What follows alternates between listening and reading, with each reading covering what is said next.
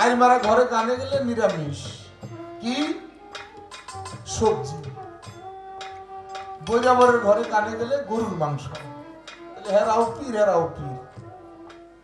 তাহলে সে নিরামিষটা কি? এই সবজি কি নিরামিষ না অন্য কিছু? তবে সব নিরামিষ এক নিরামিষ না। এই জন্য আমার একটা কথা মনে পড়লো, বড় পীরের দরবারে এক লোক গেছে। লোকটা কেমন? লোকটা বিয়ে করছিল, একটা মেয়ে সন্তান হওয়ার পরে তার স্ত্রীটা মারা গেছে। মেয়েটা আস্তে আস্তে আস্তে আস্তে বড় হয়েছে। ওই মেয়ের প্রতি বাবার খায়েশ হয়েছে, নাউজুবিল্লাহ মিন জালিক। মেয়ের প্রতি বাবার খায়েশ হয়েছে, এটা ফাতুয়া লাগবো, ফাতুয়া ছাড়া তো চলবো না। চলে গেছে বড় পীরের দরবারে। বড় পীরের বাবা আবু সালেম মুসা জঙ্গির কাছে। মুসা জঙ্গি ওই সময়ের পণ্ডিত ছিলেন, খুব জ্ঞানী মানুষ ছিলেন। আবু সালেম মুসা জঙ্গির কাছে যায়। ওই লোকটা বলতেছে, হুজুর আমি তো আপনার কাছে আসলাম একটা ফাতুয়ার জন্য। কি হুজুর?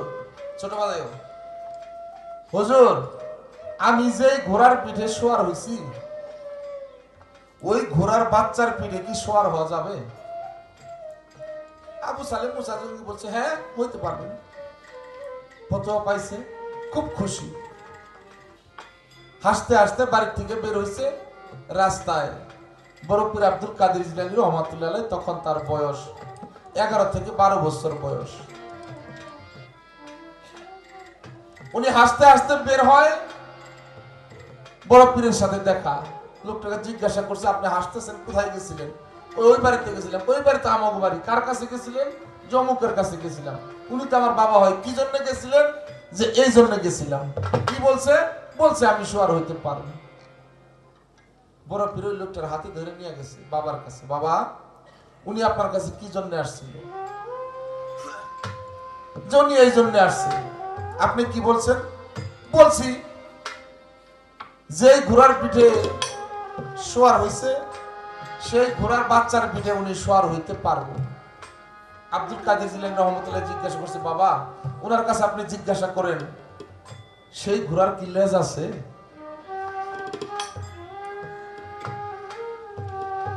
আব্বা হুজুর, উনি আপনি ওনার কাছে আপনি জিজ্ঞাসা করুন, যে ঘোড়ার বাচ্চার পিঠে উনি শোয়ার হবে, ওই বাচ্চা ঘোড়ার কি লেজ আছে? আবু সালেম মুসা জঙ্গি জিজ্ঞাসা করছে, গো ওই বাচ্চা ঘোড়ার কি লেজ আছে? কয় না। আব্দুল কাদের জিলানী বলছে, ওনাকে নিষেধ করুন, উনি শোয়ার হইতে পারবেন না। শিল্পী সরকার, সব ঘোড়াই এক ঘোড়া না, সব নিরামিষ এক নিরামিষ না। পাতা কবি নিরামিষ না। তারপর ওইখানে একটা কথা কই, ছোট কথা খারাপ লাগে বাবারা?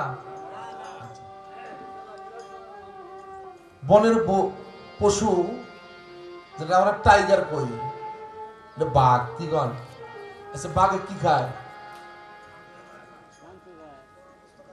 বাঘ তাজা রক্ত তাজা মাংস খায়। কি গন? আচ্ছা বাঘ কয় বছর বাঁচে জানেন? জানেন না? বাঘ হলো 40 থেকে 45 বছর তার আয়ু। আচ্ছা হাতি কি খায়? হাতির খানা সব হলো সবজি, নিরামিষ। কি করেন? আচ্ছা হাতির কত বছর বাঁচে জানেন?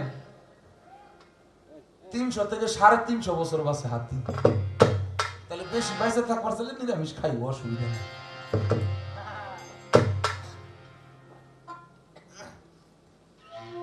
আস্তে সোসার ভিতরে কলা থাকাই ভালো। কি গন? না সোলানি সোলা কলা বাজারে বিক্রি হয় না। তবে নিরামিষ গুরুর কাছ থেকে জানাটাই ভালো, গুরু নিরামিষটা কি যাই না দেখো, তোমার বিছনাটা আলাদা করে দিও।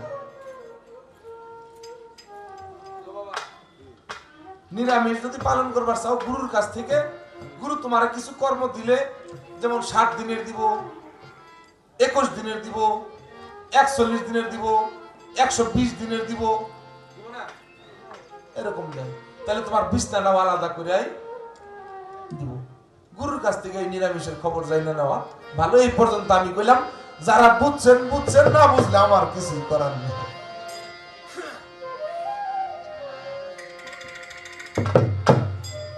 আচ্ছা, নিরামিষেরটা শেষ করলাম।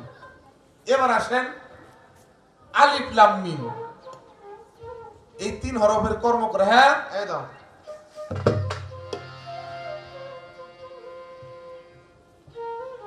দেহটা 3 ভাগে ভাগ করা।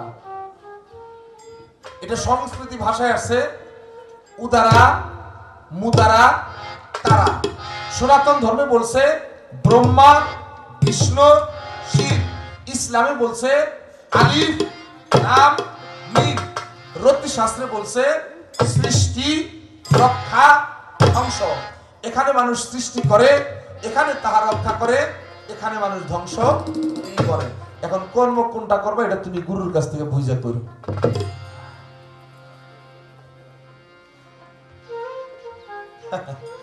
শেষ করলাম আলিফ লামের বিষয়। এখন আসছে, আমি একটা কথা বলছিলাম, মজুর পানি গড়ায় যাইতেছে। তোমরা ছোট বাজাই স্যার, আপনি যখন স্যার হইছেন, তারপরে যে পোলামানের পড়াইছেন, ওটা কি আপনি নিজের পড়ার জন্য না পোলামানের পড়াইছেন? হ্যাঁ, গুড। তো অনেক কিন্তু সরু সরাই পড়ন লাগছে। স্যার একটা ডিগ্রি নিছে, এমএ পাস করছে, কি আছেন এরকম ডিগ্রি পাস করছে, আইএ পাস করছে, এরকম একটা সার্টিফিকেট নিয়ে কিন্তু তারপরে চাকরি করন লাগে, প্রাইমারি স্কুলের মাস্টার হয়। তাহলে সেখানে যে সরু সরাইয়া স্যারে আগে পড়ে, তাই বলে কিন্তু স্যারের জন্য না। দয়াল নবীজি যে ওযু করছে, দয়াল নবীজির জন্য না। আমি সেই কথা বলবো। এখন নবী কয় নাই কথাটার, এখানে কথাটার হাকিকত হইল নবীজি কয় নাই জিবরাইল আমি মেরাজে যাবো, তাহলে আমার একটু ওযু করার দরকার। কয় নাই। জিবরাইল রে পাঠাইছে, আল্লাহ পাঠাইছে জিবরাইলকে। আয়েশা জিবরাইল পাইছে কোথায়? উম্মে হানির ঘরে। কি উম্মে হানির ঘরে পাইছে। ঘরে ঢুকছে, যায় দেখে চাদর দিয়ে ঢাকা, কে জানে শুয়ে আছে। চাদর উঁচা করছে, পাও দেখে 4টে। কি রে, 4 পা মানুষ কয়জন? তাহলে 2 জন। কইলাম নবীজির খুঁজে তালাশে যাই না।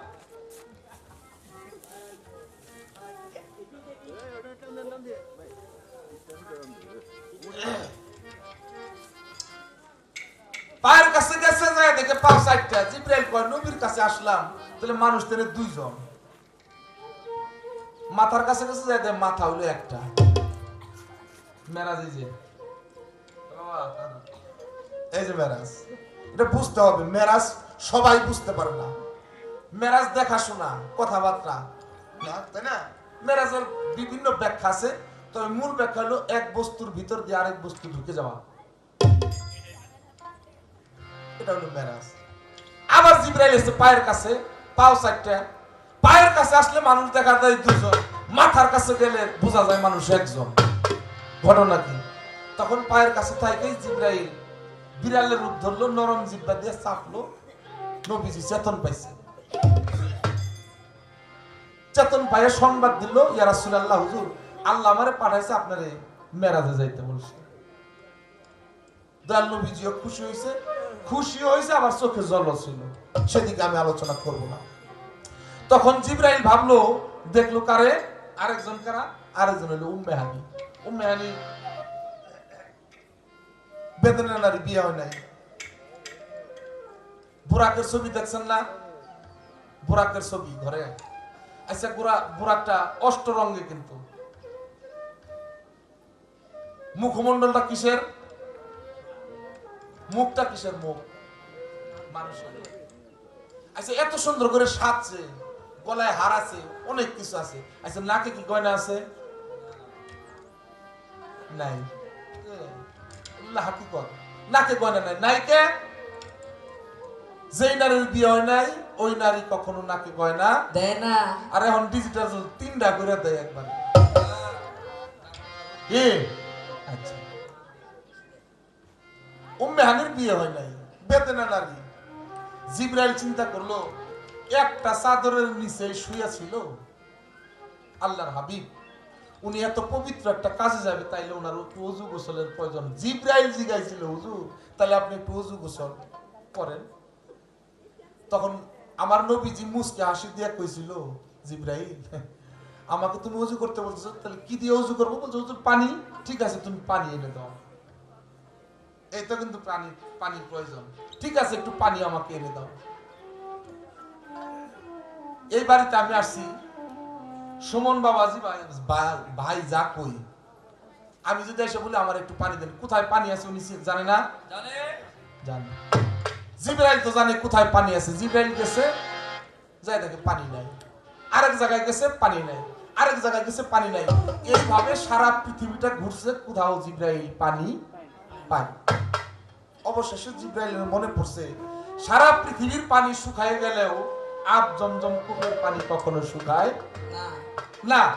গেছে কূপের কাছে, পানি দেখতেছে, জিবরাইল হাত দিছে, পানি খালি নিচের দিকে যাইতেছে।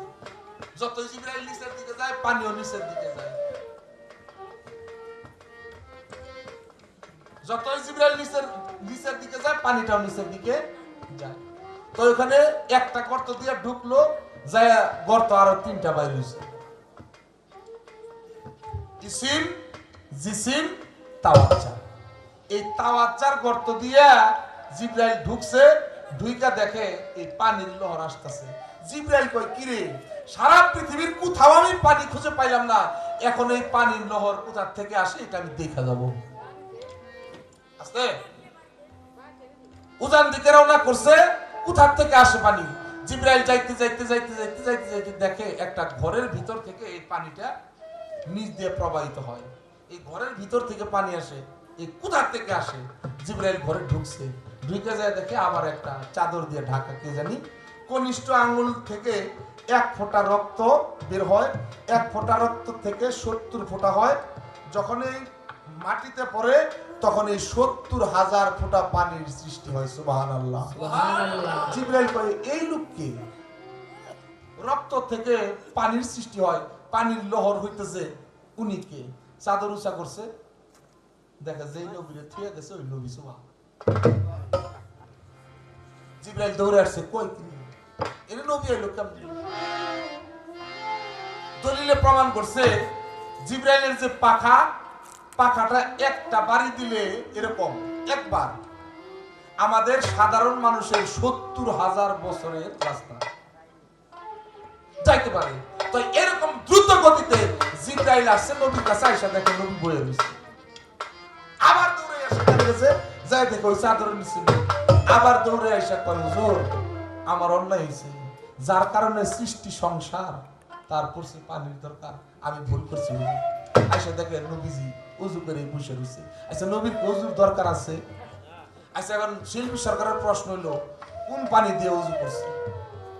আর জিবরাইল কোন পানি নিয়েছে? জিবরাইল নিয়েছে বাহ্যিক জগতের পানি, আর নবীজির ওযুর দরকার নাই। তারপরে একটা কথা এখানে আছে, এই দেহে আছে আব হায়াত, ওই নদীতে পানি অভাব, এই পানিতে ওযু করলে জীবনে ওযু আর ভাঙবে না। দেহে তোমার ময়লা থাকতে গুরুর ভজন হবে না, হবে না। হ্যাঁ শেষ করলাম, একটা গান শোনাই তারপরে দেখি। আরেকটা আছে প্রশ্ন। ওরে বেলায়েতে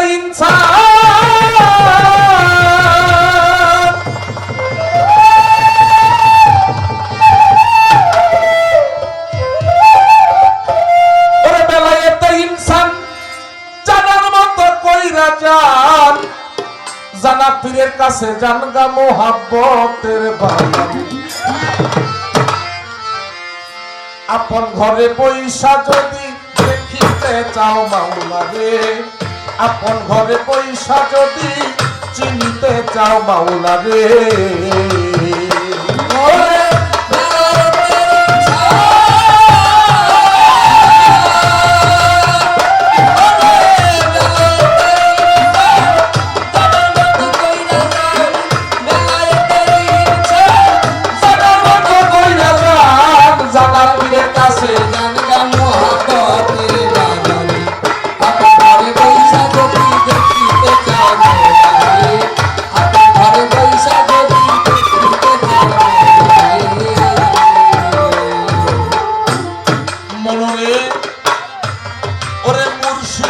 দাওয়াত লইয়া নিগুম ঘরে বস যায়া এলেম জেকের সালাত জাকাত শিখাইবে তরে ও মনরে ওরে মুর্শিদের দাওয়াত লইয়া নিগুম ঘরে বস যায়া এলেম জেকের সালাত জাকাত শিখাইবে তরে পীর যদি মুখ কাপের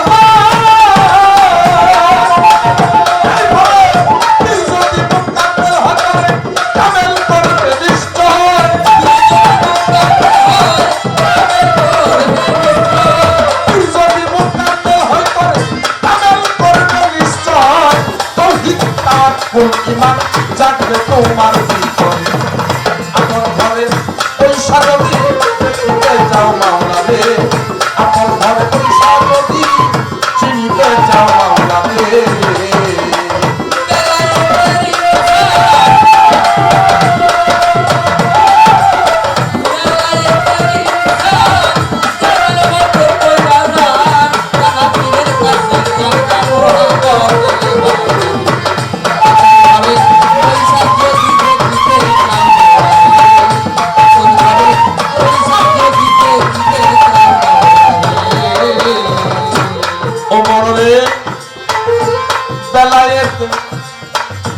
কবরা হাসিল করলো যারা মজবুত থাকিয়া নিজে ইমান তারপরে ওমরে বেলায়েতে কবরা হাসিল করলো যারা মজবুত থাকিয়া নিজে ইমান তারপরে ওটা কলম হইছে চৈতন্য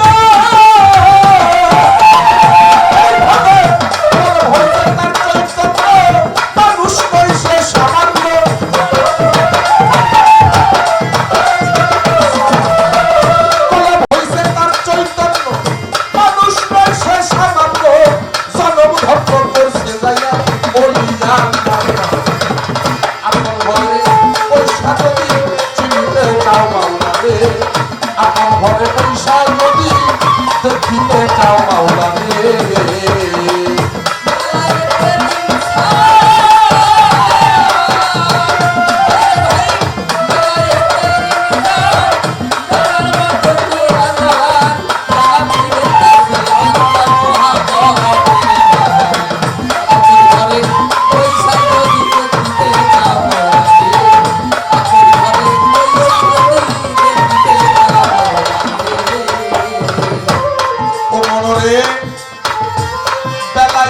আমরা হাসিল করলো যারা এমন ইবাদত করো বলবন্তরে ও মনরে বেলায়েতে আমরা হাসিল করলো যারা মজবুত এমন ইবাদত করো বলবন্তরে ওরে যেমন খোদাকে দে দিতে চলো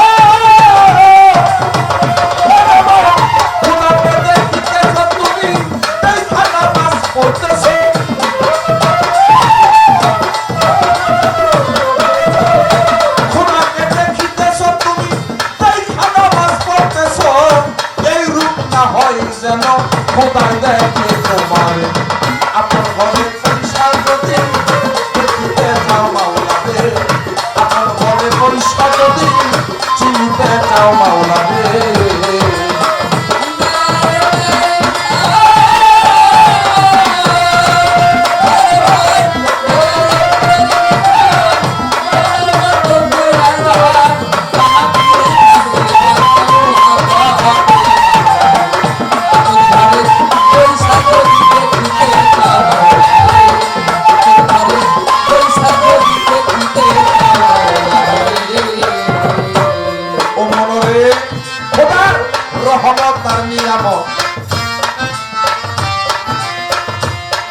শুদ্ধ ইবাদত কররে মন তো তা পাখি পরানো ঘরে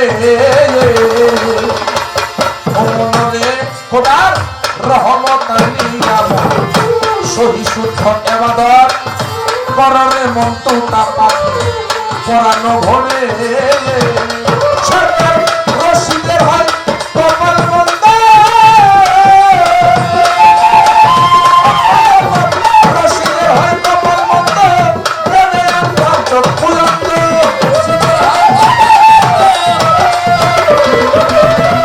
রশিদের হয় কপাল মন্দ প্রেমে আমার চক্ষু অন্ধ পীরের সাথে নাই সম্বন্ধ কইরা মায়ার বলি আমার ঘরে কোন সাথী দেখিতে চাও ঘরে বৈশা করি দেখিতে চাও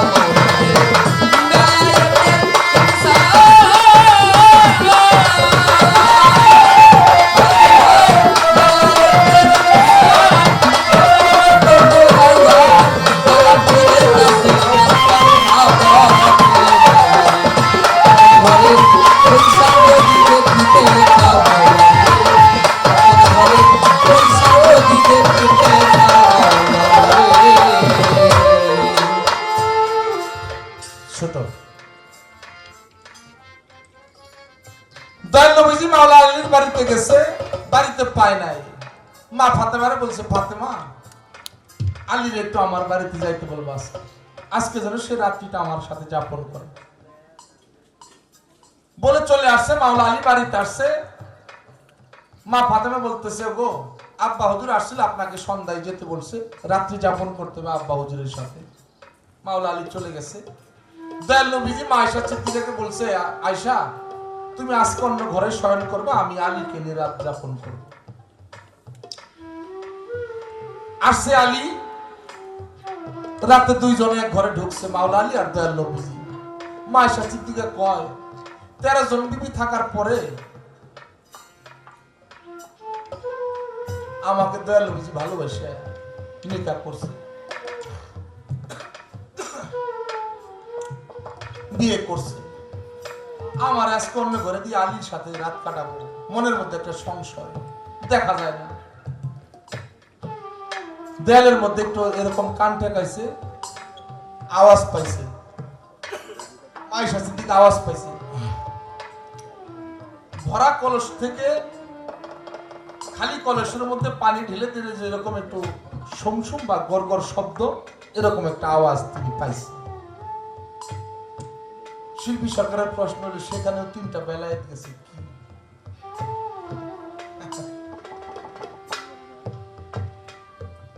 আগেই বলছে এই কথাটা, ইসিম জিসিম তাওয়াজ্জা,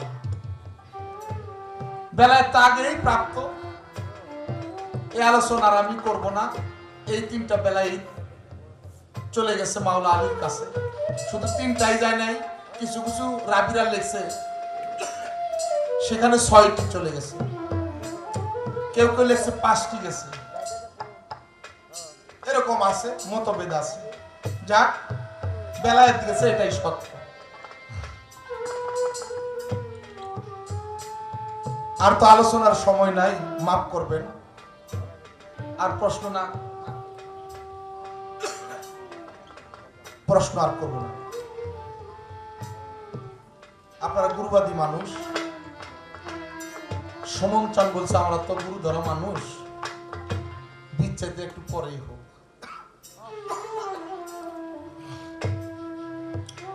তারপরও শিল্পী সরকার যে কয়বার দাঁড়াবে ওই কয়বার দয়ালের রহমত।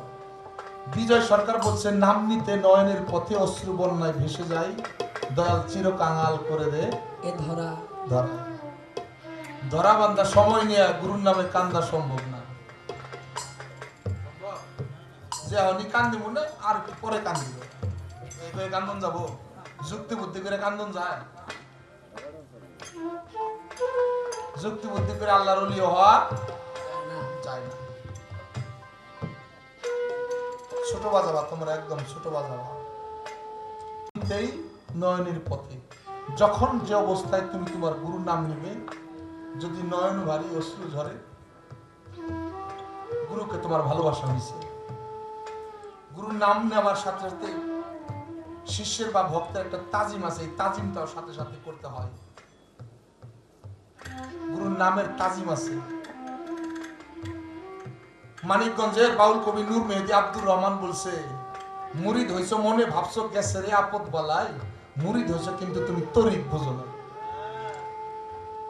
মুরিদ হইছে পিসাব বাইতে হইছে, ও বেড়াইতেছে, কাম করতেছে, গুরু আচার দিতেছে। কয় বাবা একটু বহুনি যে গাদাগিদ্রি নিয়ে একটু মার্কেটে যাবো, তো আপনি তো এই সময় এই করছেন, তাহলে আপনি বহুন ওকে একটু জামা কাপড় কিনে নিয়ে পরে আইতেছে।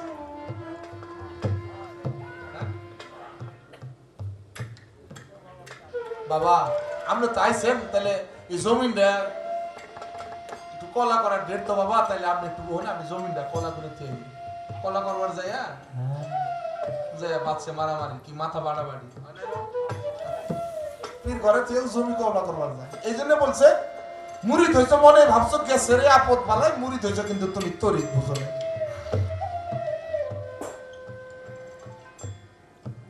ছোট্ট একটা কথা বলবো মা, আপনারা যারা আছেন শুনবেন। আমি কথাটা এই বছর মনে হয় এই সিজনে একদিন কইছি, আজকে আবার মনে পড়ছে আপনাদের দেখে মায়েরা রয়েছে। আপনাদের কাছে যদি প্রশ্ন করি, আমি জিজ্ঞাসা করি, মা বাবারে ভালোবাসেন না? কি কইবেন? বাসি। আচ্ছা গুরুরে ভালোবাসেন না? নবীরে ভালোবাসেন না? আল্লাহকে ভালোবাসেন না? সবাই বললেন বাসি। এখন আমার জিজ্ঞাসা হইল, ভালো যে বাসেন কতটুকু বাসেন? ভালো তো বাসি, কতটুকু বাসি?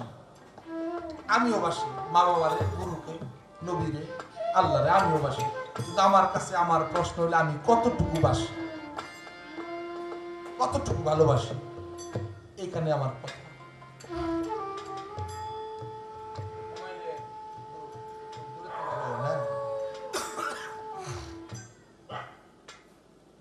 মুসা নবী আল্লাহর সাথে কথা কইছে রহরহবা, যাইতেছে রাস্তা দিয়া, ওই দিন আল্লাহর সাথে কথা কব। রাস্তায় এরকম এক নারীর সাথে দেখা, ডাক দিছে, হে আল্লাহর নবী মুসা, আপনি কোথায় যান? যে আমি আল্লাহর সাথে কথা বলবো, তো কথা বলার জন্য যাই। কি কথা বলবেন? যা আছে আমি এই বিষয়ে কথা বলবো। উনি বলতেছে, ওগো এটা আমার কথাটা আল্লাহর কাছে বললেন তো। কি? আল্লাহ কি আমার গর্ভে কোনো সন্তান রাখছে কি?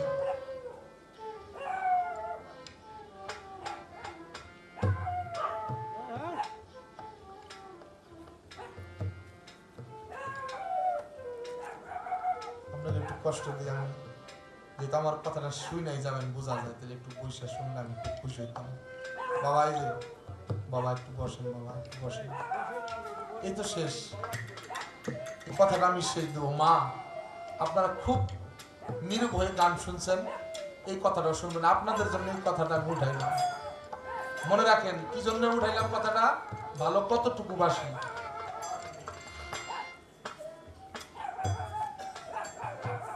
মুসা তুমি একটু আমার কথাটা বলবো আল্লাহর কাছে, আল্লাহ কি আমার গর্ভে কোনো সন্তান রাখছে কিনা?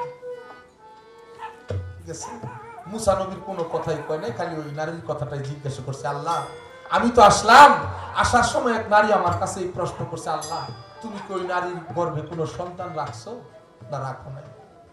আল্লাহ বলছে আমি ওই নারীর গর্ভে কোনো সন্তান রাখি নাই। মুসা নবী আসছে, নারীটা দাঁড়ায় রয়েছে, ওনার কাছে বলতেছে, আল্লাহর কাছে জিজ্ঞাসা করছিলাম, আল্লাহ না করছে তোমার গর্ভে কোনো সন্তান নাই। কথাটা বলার সাথে সাথে ওই নারীটার চোখের জলে তার বুক ভাইসা যাইতেছে। আর আমি নারী কুলে জন্ম নিয়া যদি মা ডাক শুনতে না পারি, আমার জন্মটাই বৃথা চলে যাবে। যারা গুরু ধরছেন, গুরু ধরার পরে যদি আমি গুরুর প্রিয় না হতে পারি, আমার গুরু ধরাটা কোনো লাভ হবে না। গুরুর প্রিয় হইতে হবে।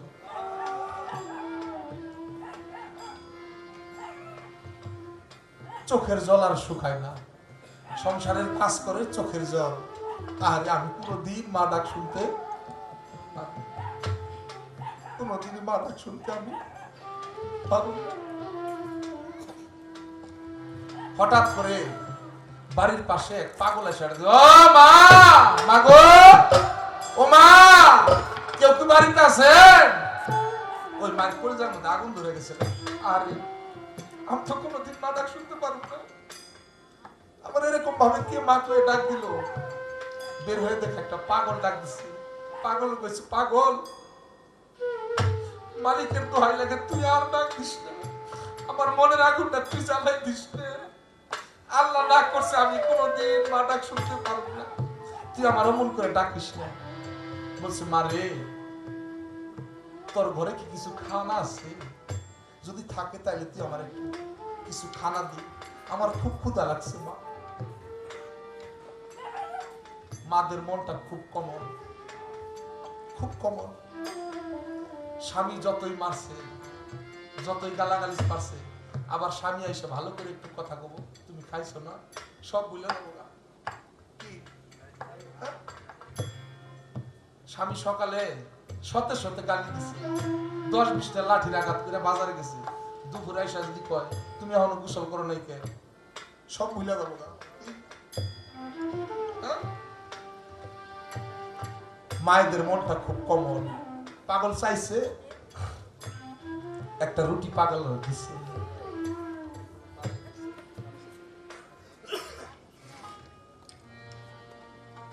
একটা রুটি পাগল দিছে। ওই পাগল খায়া কয়, মালিক রে,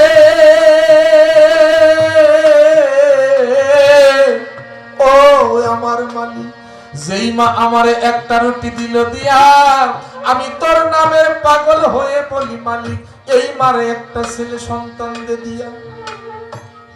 ওই মা কয়, পাগল রে, রুটি খাবি খা, কিন্তু ছলনা করিস না। আমার আল্লাহ বলছে আমি কোনোদিন মা ডাক শুনতে পারব না। আবার ওই পাগল কয়, মাগো মা,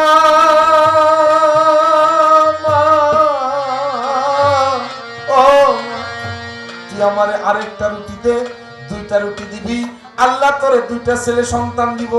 মা আরেকটা রুটি দিছে, 2টা রুটি খাইছে, খাইয়া মালিকের ডাক দিছে, মালিক রে, যেই মালিক আমারে 2টা রুটি দে, যেই মা আমারে 2টা রুটি দিল দিয়া, আমি তোর নামের পাগল হয়ে বলি মালিক, এইবারে 2টা ছেলে সন্তান দে দিয়া। আবার ওই মা কয়, পাগল রুটি খাবি খা, কিন্তু ছলনা করিস না, আল্লাহ বলছে আমি কোনোদিন মা ডাক শুনতে পারুম না। আবারও ওই পাগলা ডাক দিছে, মাগো মা,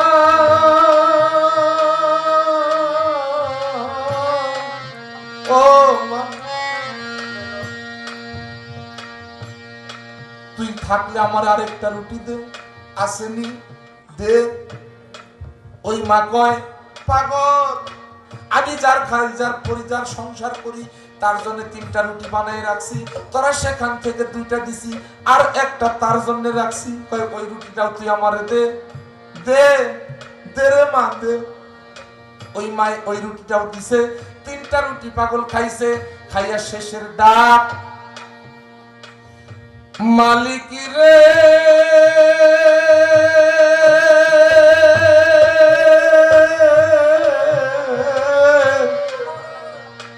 ও আমার মালিক, যেই মা আমারে 3টা রুটি দিল দিয়া, আমি তোর নামের পাগল হয়ে বলি মালিক, এই মারে 3টা ছেলে সন্তান দে দিয়া। ডাক দিছে, পাগল চলে গেছে। যাই কিছুদিন একটা ছেলের মা হইছে, যাই কিছুদিন 2টা ছেলের মা হইছে, যাই কিছুদিন 3টা ছেলে সন্তানের মা হইছে। ওই রাস্তায় মুসা নবীর সাথে ওই মায়ের সাথে দেখা হইছে। মুসা নবীর ডাক, যাই মুসা, এই ভণ্ড মুসা দাঁড়া, দাঁড়াইছে। এই মুসা, তোর কাছে আমার প্রশ্ন, তুই বল আল্লাহ কয়জন? মুসা নবী হতভম্ব হয়ে গেছে, কয় কি না, তুই বল আল্লাহ কয়জন? মুসা নবী কয়, আল্লাহ একজন। ওই মা কয়, আমি বিশ্বাস করি না, বিশ্বাস করি না রে মুসা, আল্লাহ 2জন। মুসা নবী কয়, আল্লাহ একজন। ওই মা কয়, আল্লাহ 2জন। কেমনে? তোর আল্লাহ না করছে, ওই পাগলের আল্লাহ আমারে 3 সন্তানের মা বানাইছে। ওই যে দেখ দেখ, মুসা নবী তাকায় দেখে ওই 3 সন্তান খেলা করতেছে। মুসা নবী রাগান্বিত হইয়া মালিকের দরবারে গেছে। মালিক, তুমি বলো, তুমি আমার কাছে না করলা, কার কথায় 3 সন্তানের মা বানাইলা? হে আল্লাহ, তুমি আমার কাছে না করছো, কার কথায় 3 সন্তান দিছো কও। আমার আল্লাহ কয়, মুসা, কার কথায় দিছি এই কথাটা তোর কাছে আমি পরে কই, তবে তোর কাছে আমার একটা চাওয়া কি? মুসা রে, আমার না এই মুহূর্তে একটু মাংস খাইতে মন চাইছে, তুই আমার একটু মাংস খাওয়া। কয় আল্লাহ, এটা কোনো ব্যাপার হলো? আমার আল্লাহ কয়, মুসা, আমি কোনো পশুর মাংস খাবো না, আমার মন চাইছে আমি একটু মানুষের মাংস খাবো। মুসা নবী কয়, আল্লাহ, মানুষ কি কোনো মাংস দিব? কয় যা, গিয়ে দেখ, এক হাতে এক ছুরি আর এক হাতে পেলানো রয়েছে। সর্বপ্রথম তার পরিবার বর্গের সদস্যের কাছে আসছে, মাংস চাইছে, না করছে, ঘুরছে, কেউ ঢেল ছুঁড়ে মারছে, কেউ পাথর ছুঁড়ে মারছে, বলছে মুসা পাগল হইয়া গেছে। মুসার কাছে নাকি আল্লাহ মানুষের মাংস চাইছে। মুসা তো দেখি পাগল হয়ে গেছে। বেলা যখন সন্ধ্যা হইয়া গেছে, জঙ্গলের মাঝখান দিয়ে রওনা করছে। ওই পাগলের সাথে আর মুসার সাথে দেখা হয়ে গেছে। কথা কোন দিকে উঠাইছি, ভালো কতটুকু বাসি মনে রাখবেন। ওই পাগল মুসার দেখা কয়, হে মুসা, তুমি তো মুসা নবী। হ্যাঁ, তুমি আমার কেমনে চিনলা? কয় আমি তোমার চিনি। মুসা, তুমি কই গেছিলা? কি হইছে? চেহারাটা এরকম মলিন কেন? ওই মুসা কয়, পাগল কত মানুষের কাছে কইলাম, কেউ না আমার কথার সমাধান দিতে পারলো, তুই পাগল হয়ে কি কথার সমাধান দিতে পারবি? ওই পাগল কয়, মুসা বলে দে, বলে দে কি হয়েছে। পাগল, আল্লাহ আমার কাছে মাংস খাইতে চাইছে মানুষের। যখন এই কথা বলছে, পাগল ঝরে,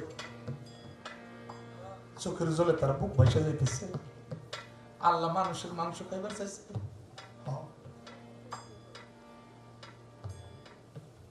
ওই পাগল কয়,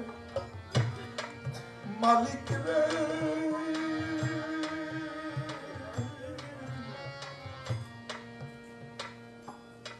আমি তো তোরে দেওয়ার জন্য প্রস্তুত আছি। এই মাংসই আমার কাছে না চাইয়া বল, তুই কেন মুসার কাছে চাইলি? মালিক, আমি তো তোরে দেওয়ার জন্য প্রস্তুত, তুই আমার কাছে এই মাংস না চাই মুসার কাছে চাইলি। মুসা, তুমি কি নিয়ে আসছো মাংসের জন্য? কয় ছুরি পেলাম। হাতের ছুরিটা নিছে, শরীরের মধ্যে লাগাইছে। একটা লোহা দিয়ে আর একটা লোহার মধ্যে আঘাত করলে যেমন টক টক শব্দ হয়, ওই রকম শব্দ হয়, কারণ মাংস তো নাই। পরিশেষে পাগল কলিজার মধ্যে, এই বুকের মধ্যে ওই ছুরিটা লাগাইছে, লাগাই বুকটা ফাড়তাছে।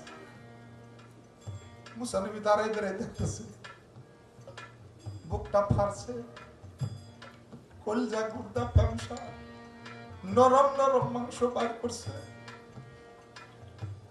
ওই পেয়ালার মধ্যে রাখছে,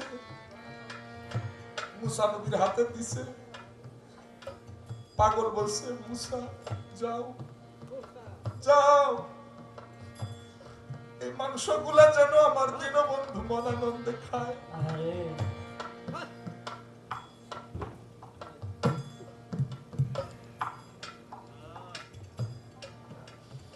সহজে বলতে পারি মুর্শিদরে ভালোবাসি, গলাটা একদম সহজ,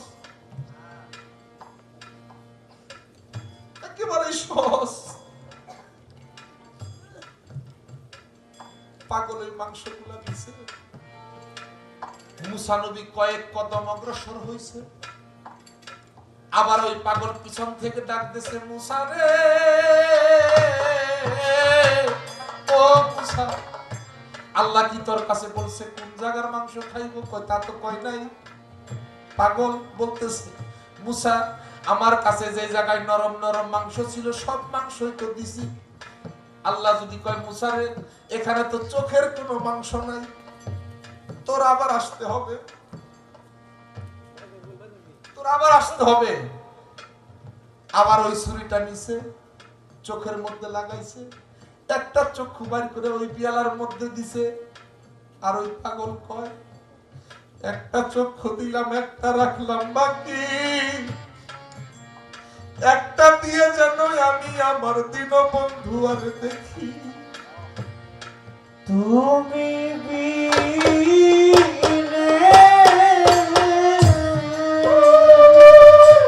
তুমি কে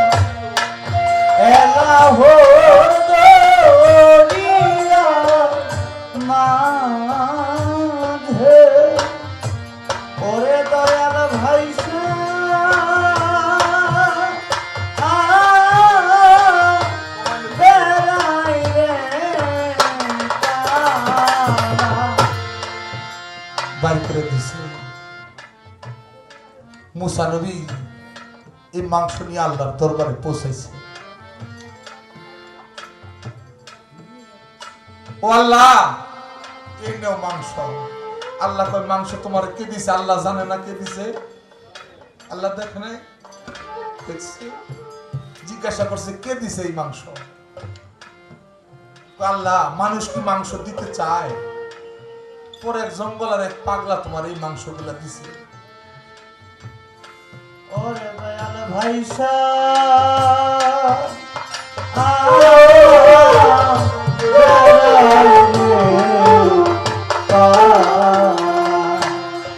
মালিক, এক পাগলা তোমার এই মাংসগুলা দিছে। আল্লাহ তখন মুসারে বল, মুসা তুই আমার কাছে প্রশ্ন করছিলি কার কথায় আমি এই 3টা সন্তান দিলাম, আজ শুনবি? মুসারে, যে আমার কথা শুনে কলিজা গুর্দা ফেমসা চোখে চোখ পর্যন্ত দিতে পারে, সে চাইলে কি আমি তার 2-3টা সন্তান দিতে পারি না? আর মুসা রে, আমি তো বলছিলাম মানুষের মাংস খাবো। মুসা তুই বল, তুই কি মানুষ ছিলি না? তুই বল, তুই কি মানুষ ছিলি না? আমি তো মানুষের মাংস চেয়েছিলাম। বাবা, ভালোবাসি, কিন্তু কতটুকু বাসি বোঝা যায়? কান্না তো করবেন, মা নাই, বাপ নাই, আমার জ্বালা জুড়াই না, আমার কেউ নাই। বিভিন্ন কথা দিয়ে আমরা আপনাদেরকে একটু আনন্দ দিয়ে থাকি। সব কান্নাই কিন্তু সঠিক কান্না না। সব কান্নাই সঠিক কান্না না। পিতা মাতার জন্য কান্না করবেন। আল্লাহ বলছে, কোন সন্তান তার পিতা মাতার কবরের পাশে যাইয়া 2 হাত তুলে রাব্বির হামহুমা কামা রব্বায়ানি সাগীরা বলে কান্না করে, ওই চোখের জল গাল বেয়ে জমিনে পড়ার আগে আমি তার পিতা মাতার গুলো মাফ করে দিই। সুবহানাল্লাহ, সুবহানাল্লাহ। কান্না করবেন। আজকে যার মা নাই, যার বাবা নাই, পাশে একজন বাবা করে ডাকে, তার কলচার মধ্যে দাও দাও করে আগুন জ্বলে। আসাদুল ভাই, পাশে যদি কেউ মা করে ডাকে, কলচার মধ্যে আগুন জ্বলে। আমার মা নাই, মা ডাক যে কি মধু ডাক করে গেছে পুরাইয়ারে বলে আমি জনমে এরি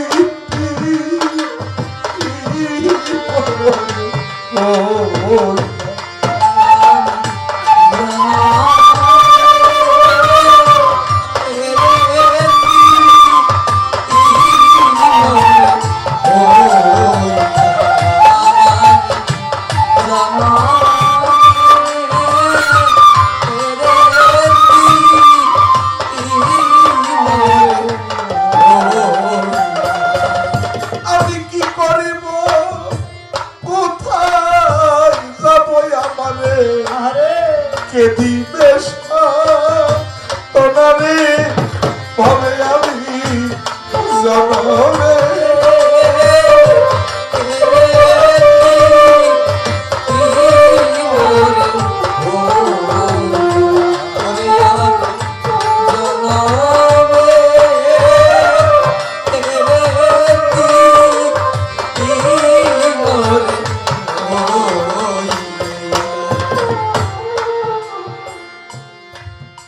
সুমন বিশ্বাস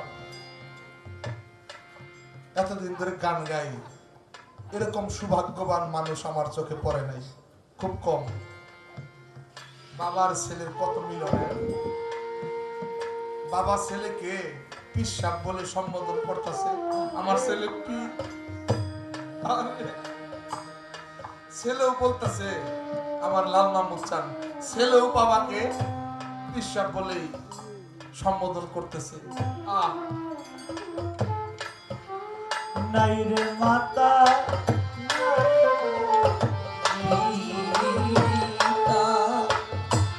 ওরে দয়াল নাইকা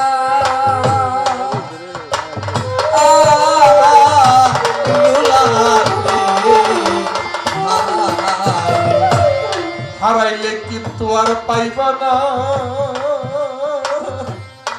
খুঁজে কিন্তু পাবা না, নয়ন ভরে দেখে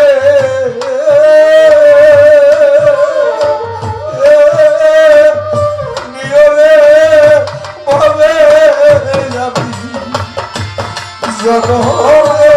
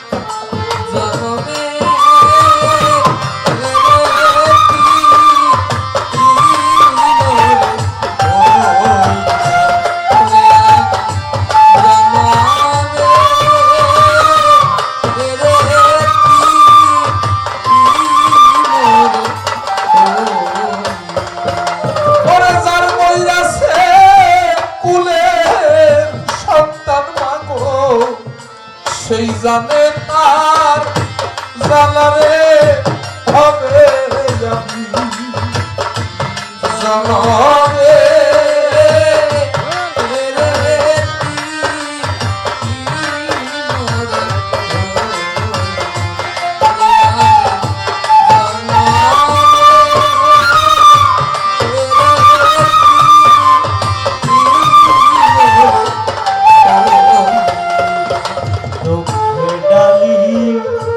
মাথায় লইয়া রে ওরে আমি যাব রে কারবারি রে ওরে দয়াল যাব রে কারবারি রে দয়াল আমার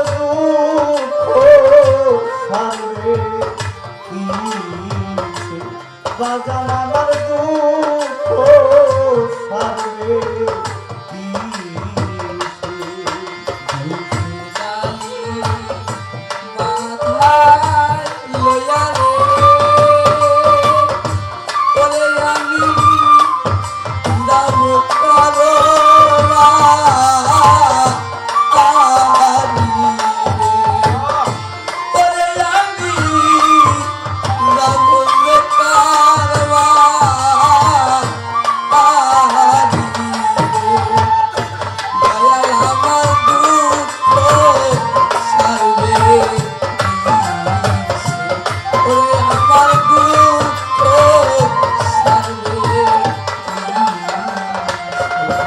নাই কামাতা নাই মোর পিতা রে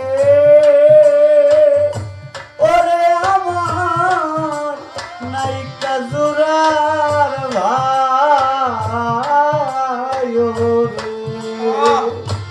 ওরে আমার নাই কাজুরার ভাই রে বাজান আমার দুঃখ যাবে কিসে? দয়াল আমার দুঃখ যাবে কিসে?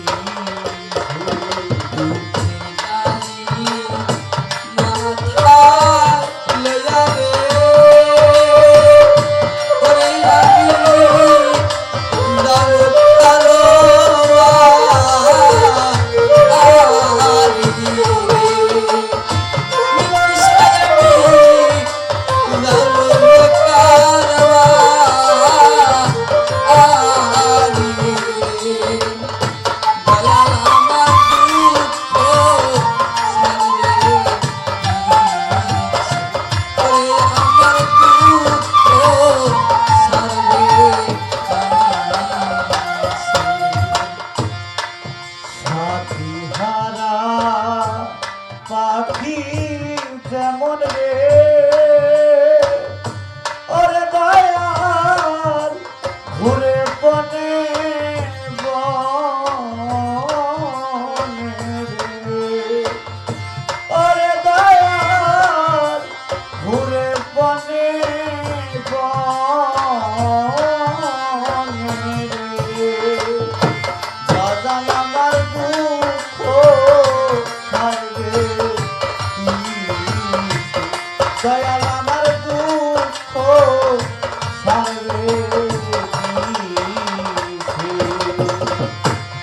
দুঃখের রানী মাথায় লইয়া রে ওরে আমি যাব কারবা আরি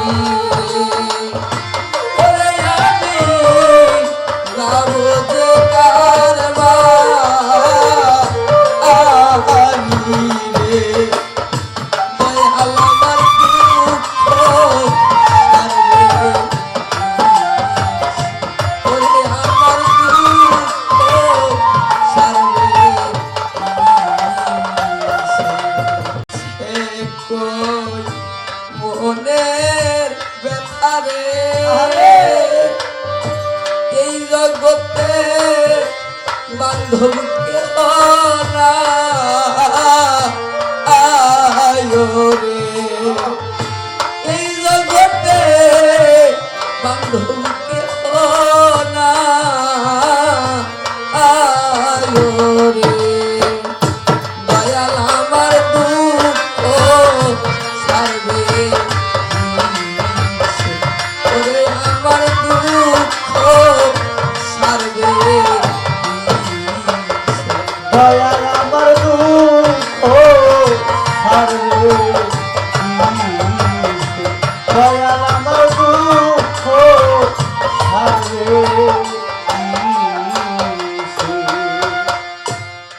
অনেক সময় আপনাদের মাঝে কথা আলোচনা গান করলাম। আমার অনেক কথা হয়তো আপনাদের কাছে খারাপ লাগছে, বিরক্ত লাগতে পারে, ভুল হইতে পারে। সবার কাছে আমি ক্ষমা চাই।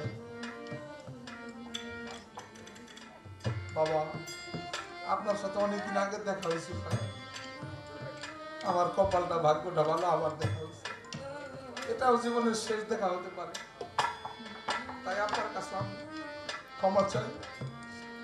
আপনারা মহাজন মানুষ, আপনাদের পাশে দাঁড়িয়ে অনেক কথা বলতে আপনারা এই সুযোগ করে দেন। সবার কাছেই ক্ষমা চাই। যদি সময় থাকে আমি আবার দাঁড়াবো। সবার কাছে ক্ষমা চাই মায়েরা। আমার গানের ফাঁকে আমার আশাদত ভাই 200 টাকার মাধ্যমে আমাকে দোয়া করছে। ভাইয়ের প্রতি সালাম শ্রদ্ধা, আপনাদের সকলের প্রতি সালাম শ্রদ্ধা রেখে আমি বসবো। আরেকটা আসর শিল্পী সরকার ভালোভাবেই করতে পারবে। সমস্যা হবে না। আমি সুযোগটা শিল্পী সরকারকে দিলাম। সবার কাছে ক্ষমা চাই, ক্ষমা চাই, ক্ষমা চাই, ক্ষমা চাই। জয় গুরু।